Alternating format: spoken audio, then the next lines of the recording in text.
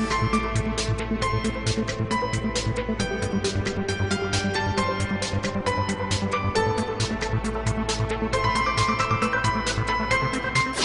है कि जो स्ट्रोक होता है इसकी मैग्नीट्यूड बहुत ज़्यादा है हिंदुस्तान के अंदर।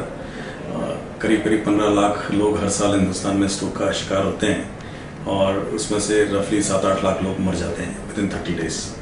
और आज भी 70-80 लाख लोग डिसेबल्ड हैं बिकॉज ऑफ स्ट्रोक। गवर्नमेंट की तरफ से स्ट्रोक के प्रिवेंशन के लिए कोई एफर्ट्स नहीं है, अभी तक कहीं पे कोई गवर्नमेंट की तरफ से मेजर एफर्ट्स नहीं हुए हैं। इसकी मैं जो मैग्नीट्यूड है उसको समझोगे तो अब देखो कि मलेरिया के कारण से जितने लोग मरते हैं हर साल हिंदुस्तान में, स्ट्रोक से मरने वाले लोगों की संख्या उसकी 6 गुना है, 6 टाइम्स। लेकिन हिंदुस्तान में नेशनल मलेरिया इरेडिकेशन प्रोग्राम तो है, लेकिन स्ट्रोक के प्रिवेंशन के लिए कोई भी प्रोग्राम नहीं है।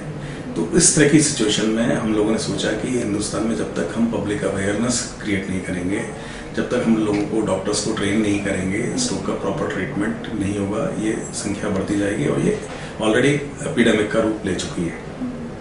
तो इसी को ध्यान में रखते हुए हमने एक अभियान चालू किया जिसमें कि हमने पब्लिक को स्ट्रोक के सिम्टम्स के बारे में अवेयर करना चालू किया और डॉक्टर्स को हमने ट्रेन करना चालू किया कि यदि कोई स्ट्रोक वाला पेशेंट आता है तो how to recognize stroke and recognize करने के बाद हाउ टू ट्रीट हिम। वहीं पे जहाँ बैठे हैं वहाँ पे बैठे हुए उसको ट्रीट करें।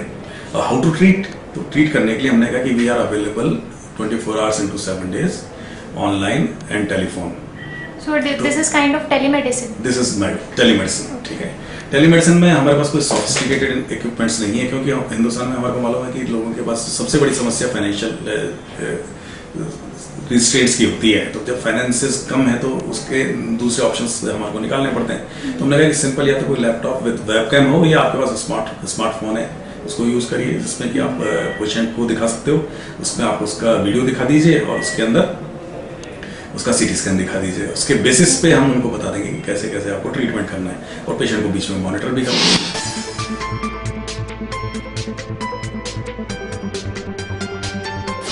एक प्रोग्राम किया था 6 महीने पहले, वहाँ पे हमने ट्रेन किया था लोगों को। तो उस कारण से डॉक्टर्स हमारे टच में रहते थे। तो अभी ये जो डॉक्टर थे ये कार्डियोलॉजिस्ट थे कोटा के अंदर, जिनको अचानक स्ट्रोक हुआ। उन्होंने अपने पास वाले न्यूरोलॉजिस्ट से संपर्क किया। ये न्यूरोलॉजिस्ट हमारे कनेक्शन में थे, तो ही कॉल्ड मी इमीडिएटली। और जब उन्होंने कॉल किया तो जो पेशेंट थी उसकी फैमिली वो चाहते थे कि उनको मेदांता शिफ्ट कर दिया जाए फॉर फर्दर ट्रीटमेंट। मैंने कहा यदि आप मेदांता शिफ्ट करने की कोशिश करोगे तो जो प्रीशियस टाइम होता है, जो कि जिसको हम बोलते हैं golden period, window period is lost. मैंने कहा 3-4 घंटे तो आपको शिफ्टिंग में 3-4 घंटे से ज़्यादा लग जाएंगे और गोल्डन पीरियड जब खत्म हो गया तो ब्रेन वाला जो एरिया है वो जिसमें कि डैमेज हो रहा है, that will be damage for ever, permanent उसमें डैमेज हो जाएगा और उसका कोई भी ट्रीटमेंट नहीं कर पाएंगे। तो इसलिए विदाउट वेस्टिंग टाइम आप ट्रीटमेंट वहीं पे चालू करो, मेरे को वीडियो दिखाओ उसका, पेशेंट का सीटी स्कैन दिखाओ, I will guide you how to start treatment. तो उन्होंने फॉलो किया, उसको हमने ट्रीट किया, patient within 1 to 2 hours complete recover कर गया।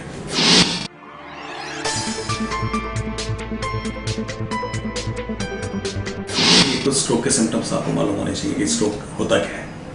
तो सिम्टम्स जो होते हैं उसमें हमने एक टर्म डिवाइस की है जिसको बोलते हैं रेस्क्यू, जहाँ पे RESCUE, जहाँ पे R stands for reduce power, E stands for eye problem, S stands for speech problem, C stands for confusion, U stands for unsteadiness and E stands for excruciating headache. तो किसी को यदि अचानक ये रेस्क्यू सिम्टम हो जाते हैं, sudden onset of any rescue symptom, then patient is suffering from stroke unless proved otherwise। उस सिचुएशन में उसको ये मालूम होना चाहिए कि स्ट्रोक के इलाज कहाँ पे होते हैं, उस जगह पे उसको जाना चाहिए और उस इलाज को लेना चाहिए। 4 घंटे का मैक्सिमम होता है जिसके अंदर इलाज चालू हो जाना चाहिए। तो आप किसी फिजिशियन या प्राइमरी फिजिशियन के पास जाते हैं, क्वैक के पास जाते हैं या सीटी स्कैन कराने लग जाते हैं या मालिश करने लग जाते हैं, तो you are wasting your precious time. जैसे आपके स्ट्रोक के सिम्टम हो रहे हैं, आपको ऐसा हॉस्पिटल जहाँ पे आपको लगता है कि सीटी स्कैन की फैसिलिटी है, जहाँ पे न्यूरोलॉजिस्ट है, वहाँ पे आपको इमीडिएट।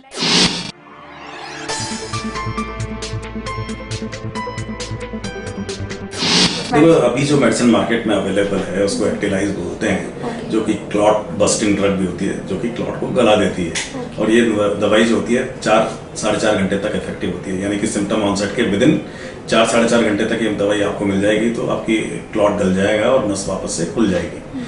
और आगे दवाइयों पर रिसर्च चल रही है जिसमें कि कोशिश है कि ये विंडो पीरियड एक्सपेंड कर जाए, यानी कि अभी तक 4-4.5 घंटे के अंदर ही मरीज आता है तो इलाज हो सकता है। यदि मान लीजिए कोई मरीज 12 घंटे में भी पहुंचता है तो उसकी नस को खोला जा सके, उसके क्लॉट को गलाया जा सके, इस तरह की दवाई पे काम चल रहा है।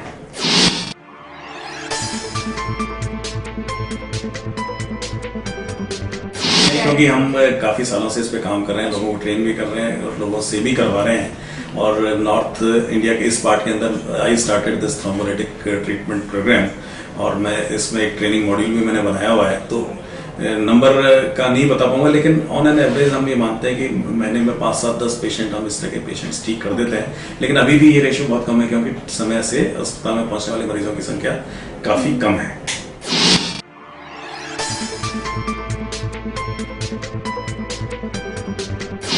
हम बात करते हैं दिल्ली एनसीआर की, तो करीब 70 लोगों को रोजाना स्ट्रोक होता है दिल्ली एनसीआर के अंदर, और मुश्किल से 2 या 3 पेशेंट्स को प्रॉपर ट्रीटमेंट मिल पाता है। तो अभी तो बहुत लंबी दूरी तय करनी है, और उसके लिए हम रेगुलर हमारे प्रयास रहते हैं। हर हफ्ते हम बाहर किसी सिटी के अंदर विजिट कर रहे होते हैं, वहाँ पे कुछ ना कुछ प्रोग्राम कर रहे होते हैं। हमारी टीम और डिफरेंट जगह पे जा रही होती है। तो अल्टीमेटली हमारा टारगेट ये है कि आने वाले 2-4-5 साल के अंदर जैसे हार्ट अटैक के लिए लोगों को अवेयरनेस हुई, उसी तरह से स्ट्रोक के बारे में अवेयरनेस होने लगे।